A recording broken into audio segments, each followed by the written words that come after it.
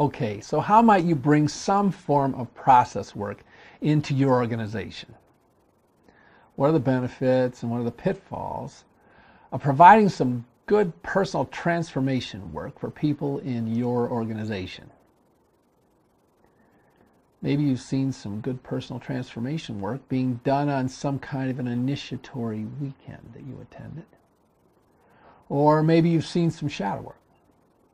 Or maybe you're just starting to think about the advantages of bringing some good work on board. I'm going to share some of my experiences and insights from the last 20 years of my own work with initiation, personal transformation, and organizations. But first, a little history. Most personal transformation work can be traced back to the rites of initiation that were conducted by primal peoples in almost all cultures. In tribal days, the adolescents needed to be initiated into the tribe. This was done so they could shift from being children to playing adult roles in the tribe.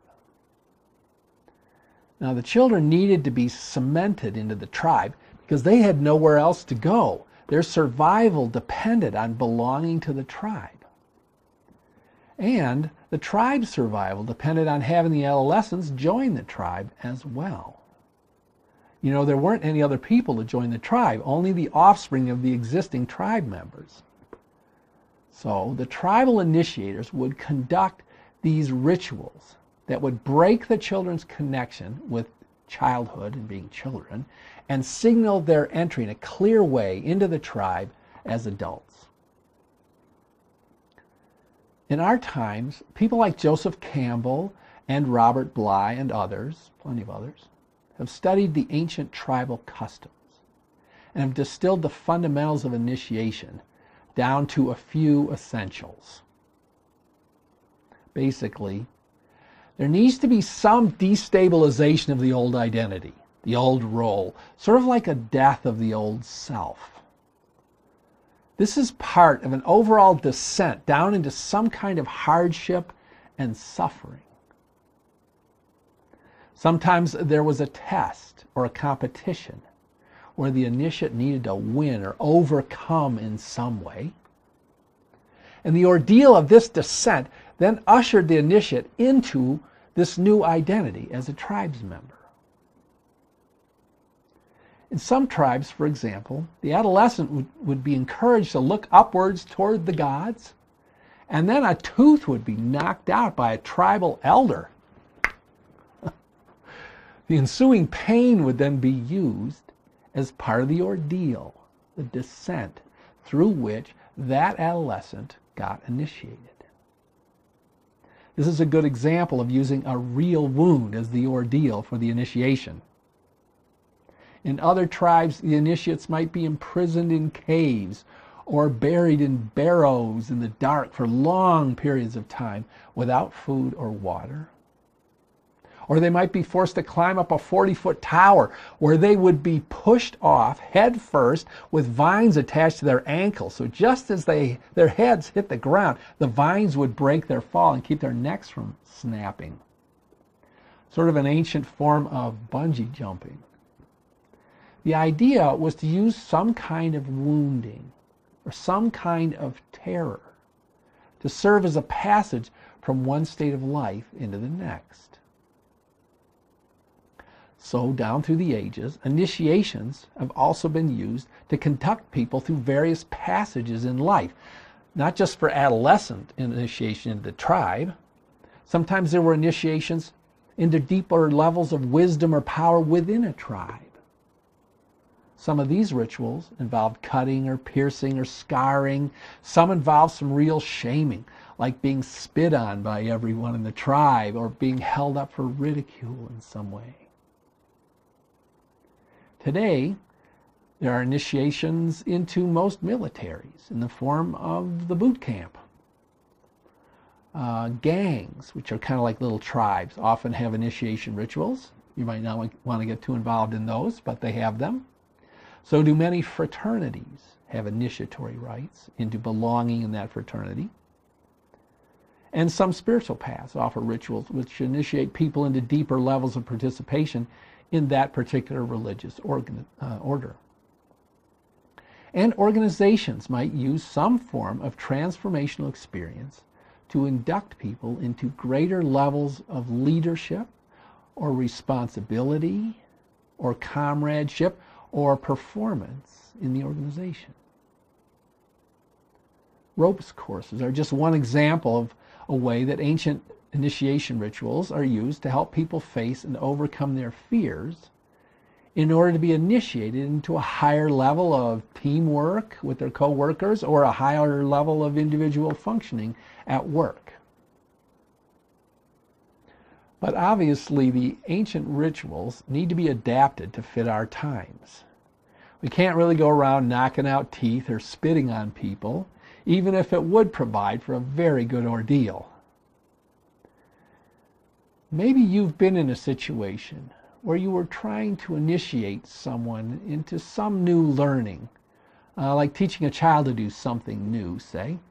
And maybe you've had the experience where the child was completely resistant, playing the victim or whining incessantly, and you wanted to knock some sense into that kid.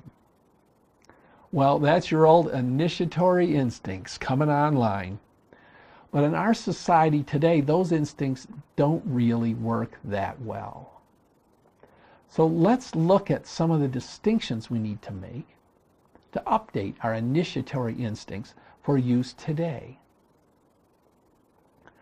Probably the most fundamental distinction to be made is the difference between what is real and what is symbolic. In ancient times, the initiators could use real pain and real hardship for initiation. They could use real torture, abuse, whatever, because the same people who provide the initiation were usually in charge of the tribal laws and customs. So any form of physical or psychological ordeal could be used because it was automatically included in the culture of the tribe and was therefore legal and ethical in that tribe. But today, people already belong to numerous tribes before any initiatory process even begins. People are citizens of a country which has its own laws about what is permissible to do to other people and what is not. The modern initiator is not in charge of the laws of the culture at large, so it's not practical to use real pain and hardship because the administering of most pain is illegal. And the inflicting of undue hardship is seen to be psychologically abusive or coercive or manipulative or bordering on torture in some way. So for an initiation to be useful in modern times, it just works better for it to be symbolic and not real, in my opinion. It needs to be virtual or theatrical or ritualized in some way. You need an environment where the symbols you are using have great meaning, and then use that symbolic environment to confront the initiate with an ordeal that is virtual or theatrical without inflicting a real wound. If the initiatory wound is too real, there are real risks that some of your initiates may go down into this descent but not come up properly. They can even become suicidal. Or initiates can get triggered into flashbacks. Those are PTSD episodes, particularly if they're carrying some unresolved trauma from their past. Some initiates may go online or use some really bad press about your process, which can hurt your reputation and the reputation of the organization you're representing. And of course, there's also the risk of lawsuits against you or the organization which sponsors the initiation. And of course, those risks then lead in turn to whole programs being scrubbed by the powers that be in the organization. In my experience, the typical glide path for an organization which imports process work without the proper caution is that while there is an initial phase where the initiatory process works tremendously and many people are invigorated and lots of new motivation and inspiration are unleashed, the program eventually comes up against the substantial risks it can create for the organization. And then the whole program is quickly sidelined or canceled altogether. So in my opinion, modern initiations are better conducted in a symbolic environment where nobody gets really hurt.